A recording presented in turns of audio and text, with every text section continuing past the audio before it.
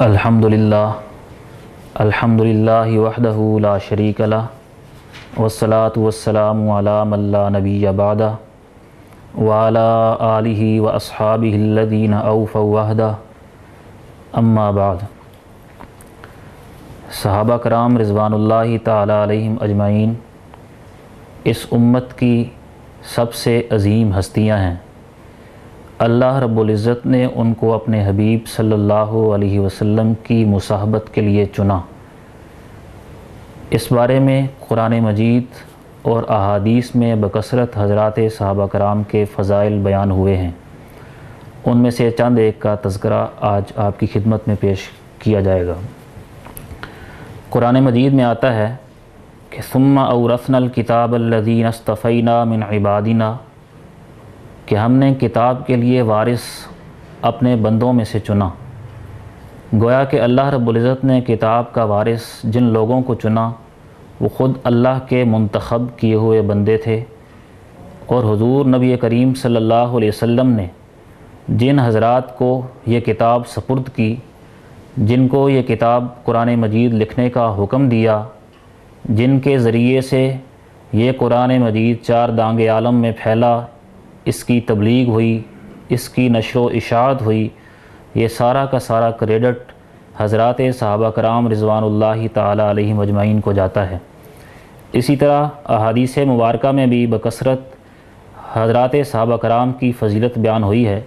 حضور صلی اللہ علیہ وسلم کا ارشاد گرامی ہے کہ ان اللہ اختارنی واختار لی اصحابی، کہ بے شک اللہ رب العزت نے میرا انتخاب کیا اور میرے لیے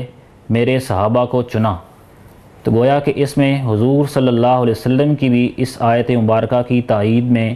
یہ اقوال آ گیا کہ حضرات صحابہ کرام خود سے نہیں بلکہ اللہ کی طرف سے منتخب کیے ہوئے اللہ کے خاص بندے ہیں۔ اسی طرح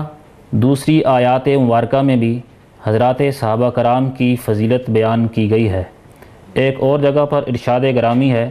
کہ لا تجد قوما یؤمنون باللہ والیوم الآخر، آپ کوئی ایسی قوم نہیں پائیں گے جو اللہ پر ایمان رکھتی ہو اور پھر آخرت کے دن پر بھی ایمان رکھتی ہو، کہ یوادون من حاد اللہ ورسولہ، کہ وہ اللہ اور اس کے رسول کے دشمنوں سے پیار کرنے لگیں، وہ اللہ اور اس کے رسول کے دشمنوں کے ساتھ محبت رکھیں اور ان کو اپنا بنا لیں۔ ایسا نہیں ہوا۔ اور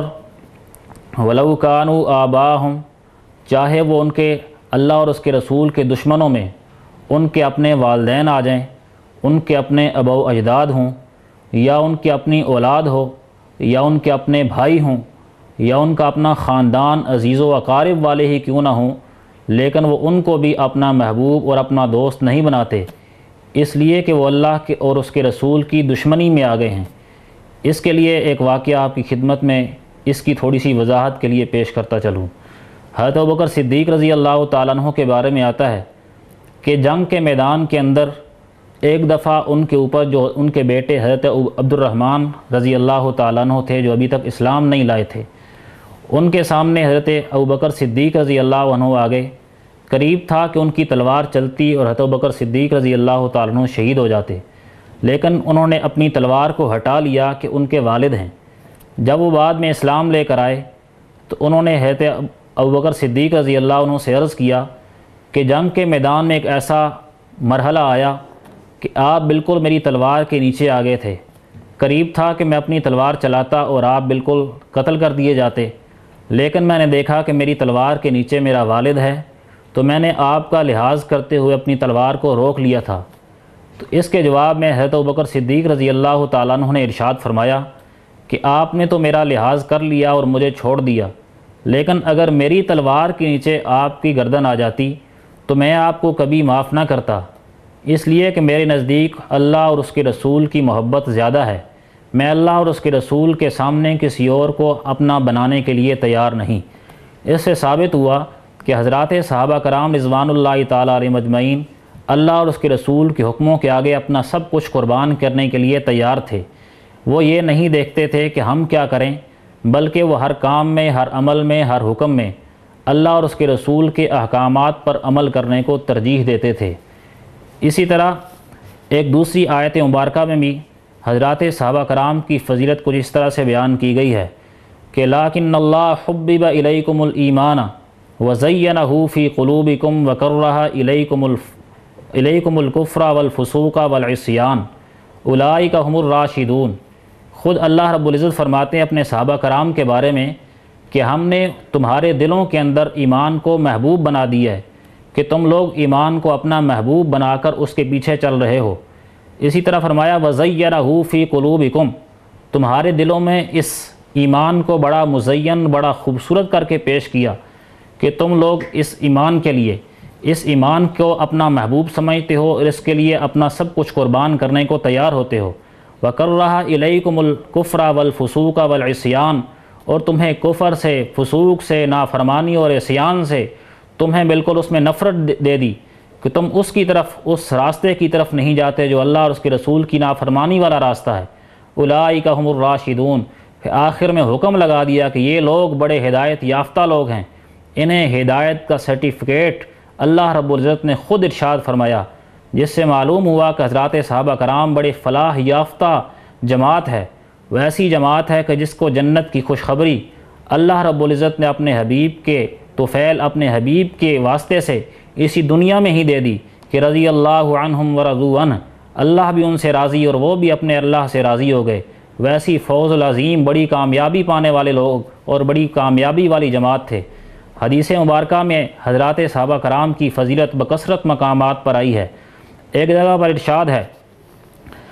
حضرت ابو ہریرہ رضی اللہ تعالیٰ عنہ روایت کرتے ہیں کہ حضور صلی اللہ علیہ وسلم نے ارشاد فرمایا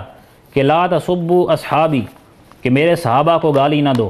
فوالذی نفسی بیدی، قسم ہے اس ذات کی جس کے قبضے میں میری جان ہے، کہ مثلا کہ لو ان احدکم انفقا، کہ اگر تم میں سے کوئی خرچ کر دے مثل احد، ایک احد پہاڑ کے برابر، وہ کوئی صدقہ کرے، کوئی سونا لے کر آئے اور اس کو اللہ کی راہ میں خرچ کر ڈالے، لیکن اس کے مقابلے میں ایک صحابی وہ ایک مٹھ وہ اللہ کے حضور صدقہ کرے، تو وہ ایک صحابی کا وہ ایک مد صدقہ کر دینا، وہ ایک عام انسان ایک غیر صحابی کا احد پہاڑ کے برابر صدقہ سونا صدقہ کر دینے سے افضل ہے۔ اس میں حضرات صحابہ کرام کی بہت ہی زیادہ فضیلت وارد ہوئی کہ دیکھیں حضرات صحابہ کا ایک اتنا چھوٹا سا عمل ہماری ساری زندگی کی عبادات سے افضل ہے۔ حضرت سعید بن زید رضی اللہ تعالیٰ عنہ فرماتے ہیں کہ حضرات صحابہ کرام وہ جماعت ہے، اگر آپ نے کسی کا راستہ چننا ہے تو ان لوگوں کا راستہ چنو جو گزر چکے ہیں، اور وہ حضرات صحابہ کرام ہیں۔ اس لیے ان کا راستہ چنو کہ ان کے قلوب پاک تھے،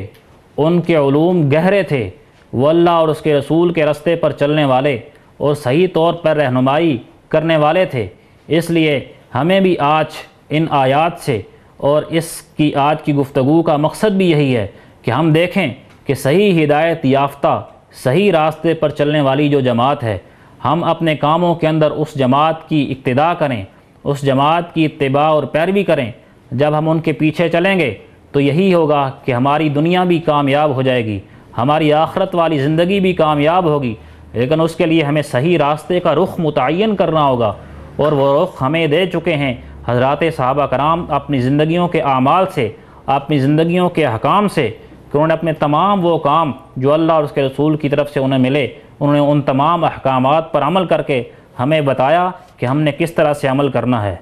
اللہ رب العزت مجھے اور آپ کو حضرات صحابہ کرام کے فضائل سمجھ کر ان کی اقتداء پر چلنے کی توفیق عطا فرمائے۔